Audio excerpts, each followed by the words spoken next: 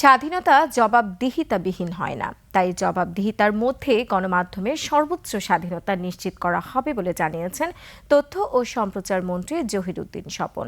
আর television শিল্প খাতের সংকট কাটিয়ে লাভজনক অবস্থানে পৌঁছানোর আশা প্রকাশ করেন association of television channel owners অ্যাটকো নেতারা। বিস্তারিত আকবর হোসেন সুমনের রিপোর্টে। টেলিভিশন শিল্পের সংকট নিরসন ও গণমাধ্যমের বিকাশে পরামর্শ ও সুপারিশ নিয়ে তথ্য ও সম্প্রচার মন্ত্রীর সঙ্গে তার বাসভবনে বৈঠক করে association of television channel owners অ্যাটকো নেতারা। অ্যাটকোর সভাপতি অঞ্জন চৌধুরী ও মহাসচিব আব্দুল সালামের নেতৃত্বে টেলিভিশন শিল্পের সমস্যা ও সমাধানে করণীয় তুলে ধরা হয়। পরে চিহ্নিত সমস্যার সমাধান দ্রুত হলে উভয় পক্ষের লাভজনক অবস্থানে পৌঁছানো সম্ভব হবে বলে জানান অ্যাটকো নেতারা। নীতিমালা নিয়ে আজকে আলোচনা হয়নি, মূলত এটা পরবর্তীতে আমরা এটা নিয়ে আলোচনা করব।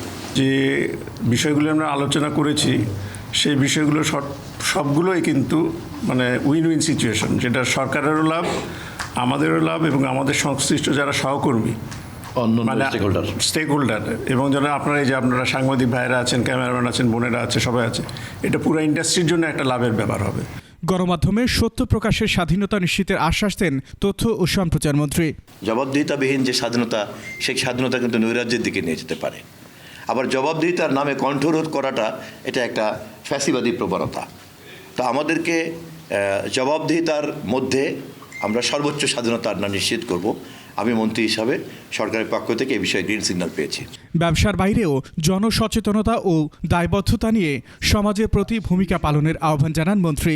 এই ব্যবসা প্রতিষ্ঠানের যে ওনাদের প্রফিটের বাইরে যে একটা বিরাট রোল আছে, এবং সেই রোলটাকে আমরা কিভাবে গণমুখী করতে পারি এবং কিভাবে সেখানে রাষ্ট্র সরকার ওনাদেরকে কিভাবে ফ্যাসিলিটেট করতে পারে, আমরা এইভাবেই বিষয়টা দেখি।